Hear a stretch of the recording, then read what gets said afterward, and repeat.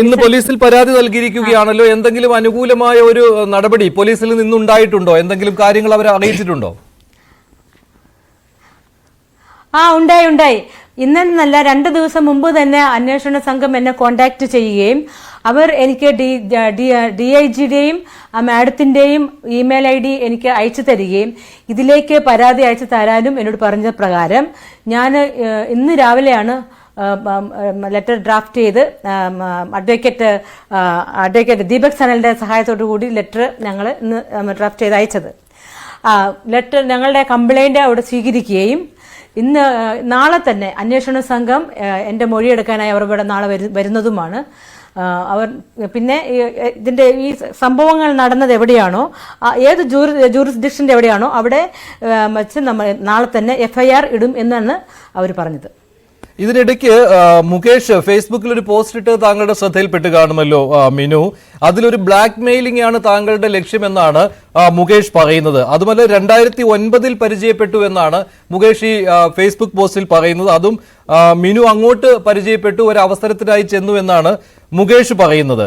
ഇത് കലണ്ടർ എന്ന സിനിമയുടെ സെറ്റിൽ വെച്ച് ഈ മോശം അനുഭവം ആദ്യമുണ്ടായി എന്നാണല്ലോ താങ്കൾ പറഞ്ഞത്. ഇത് രണ്ടും ഈ വർഷങ്ങൾ ഒന്ന് തന്നെയാണോ, അതോ കലണ്ടർ അതിന് മുൻപല്ലായിരുന്നോ?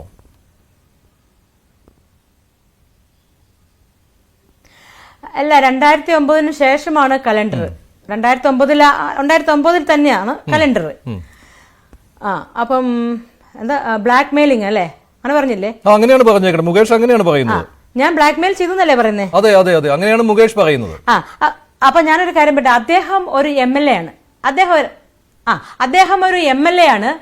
ഒരു MLA 2 വർഷം മുമ്പ് ഒരു സ്ത്രീ എന്താ പറയുക ബ്ലാക്ക് മെയിൽ ചെയ്താൽ അദ്ദേഹം എന്തുകൊണ്ട് അതിനെതിരെ കേസെടുത്തില്ല? അതാണ് നമ്മളെല്ലാവരും ചിന്തിക്കേണ്ട വിഷയമാണ്. ഈ ഒരു കാര്യത്തിൽ തന്നെ പച്ചക്കള്ളമാണെന്ന് എല്ലാവർക്കും മനസ്സിലാവും. അദ്ദേഹത്തിന്റെ കയ്യിൽ തെളിവുകളുണ്ട് എന്നാണ് പറയുന്നത്. ഞാൻ ബ്ലാക്ക് മെയിൽ ചെയ്തതിന് തെളിവുകൾ. അങ്ങനെയാണെങ്കിൽ എന്തുകൊണ്ട് അദ്ദേഹം കേസെടുത്തില്ല? എന്തുകൊണ്ട് ഇത് കംപ്ലൈന്റ്? അദ്ദേഹം MLA അല്ലേ? അദ്ദേഹം ഏത് സ്റ്റേഷനിലോട്ട് ഫോൺ വിളിച്ചാലും അപ്പോൾ തന്നെ കേസെടുക്കുമല്ലോ. അപ്പം അത് തോന്നാണ്. പിന്നെന്താ, 2009 ഞാൻ അദ്ദേഹത്തിന്റെ അവസരങ്ങൾ ചോദിച്ച്, അദ്ദേഹം ഒരു ഡയറക്ടർ അല്ല, ഞാൻ അദ്ദേഹത്തിന്റെ അടുത്ത് അവസരം ചോദിച്ചു ചെല്ലാനായിട്ട്. ഇപ്പം അവസരം ചോദിച്ചു ചെല്ലുന്നതിൽ ഒരു നാണക്കേടായിട്ട് ഒട്ടും ഞാൻ വിചാരിക്കുന്നില്ല. പക്ഷേ എന്നെ സിനിമയിൽ കൊണ്ടുവന്നത് ബാലചന്ദ്ര മേനോൻ എന്ന ചേട്ടനാണ്.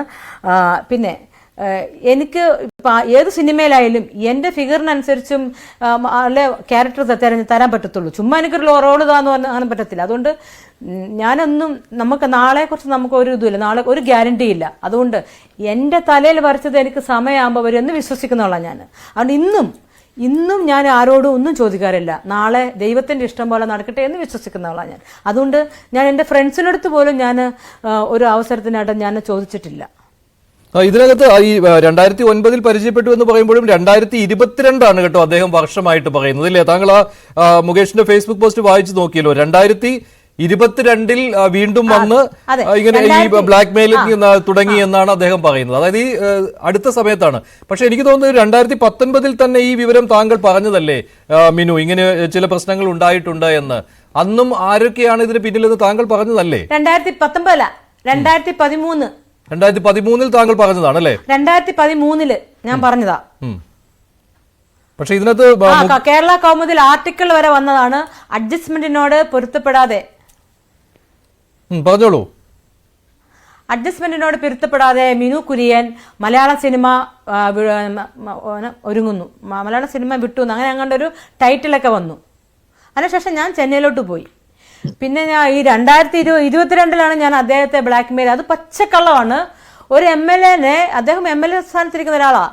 ഞാൻ അങ്ങനെ ബ്ലാക്ക് മെയിൽ ചെയ്താൽ എൻ്റെ ഫോൺ നമ്പറും എൻ്റെ വോയിസും എല്ലാം റെക്കോർഡിംഗ് പരമായിട്ട് അവർക്ക് കിട്ടുമല്ലോ, ഉറപ്പല്ലേ? അപ്പം എനിക്കങ്ങനെ ചെയ്യാൻ പറ്റുമോ? അദ്ദേഹം ഇരിക്കുന്ന പൊസിഷനുണ്ട് ഞാനൊന്നും അറിയണ്ടേ? അപ്പം അതൊക്കെ പറയുന്നത് അദ്ദേഹം വളരെ നുണയാണ് അതെല്ലാം പറയുന്നത് കേട്ടോ. പിന്നെ ഒരു കാര്യം കൂടി അദ്ദേഹം പറയുന്നുണ്ട്.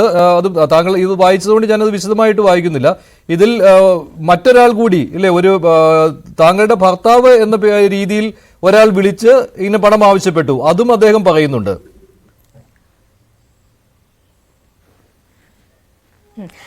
എന്റെ ഭർത്താവ് എന്ന് വെച്ചാൽ ഭർത്താവിന് ഒന്നാമതായിട്ട് മലയാളം അറിയില്ല. ഭർത്താവിന് മലയാളം അറിയില്ല. പിന്നെ എൻ്റെ കൂടെ ഞാനും മോനുമാണ് ഇവിടെ താമസിക്കുന്നത്. എൻ്റെ മോനാണെങ്കിലും അവനും അറിയത്തില്ല മലയാളം. അപ്പോൾ ഇത് വേറെ വല്ലരും വിളിച്ചോ ബ്ലാക്ക് മെയിൽ ചെയ്തോ ഇത് എനിക്കറിയില്ല.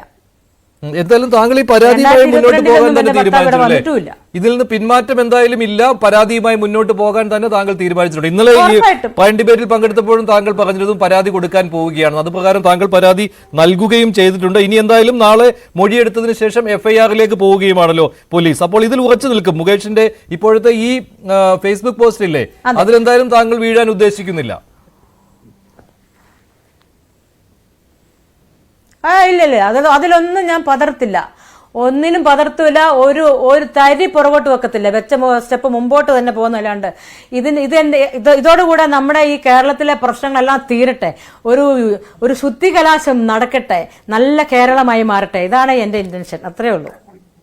നമ്മളുടെ യുവാക്കളായ പൃഥ്വിരാജൊക്കെ വരട്ടെ അമ്മയുടെ പ്രസിഡന്റ് സ്ഥാനത്തേക്ക്. പൃഥ്വിരാജ്, ടോവിനോ, പാർവതി, ആസിഫ് അലി, അങ്ങനെ എന്തോരം പറഞ്ഞിട്ട്, പിന്നെ മമ്മൂക്കയുടെ മോനൊക്കെ ഇല്ലേ, അവരൊക്കെ വരട്ടെ, യങ്സ്റ്റേഴ്സ് വരട്ടെ എന്ന്. എന്തായാലും താങ്കളുടെ ഈ പരാതിയാണ് താങ്കൾ പോലീസിന് പരാതി കൊടുക്കാൻ, സ്ത്രീകളും പുരുഷന്മാരും താങ്കൾ പോലീസിന്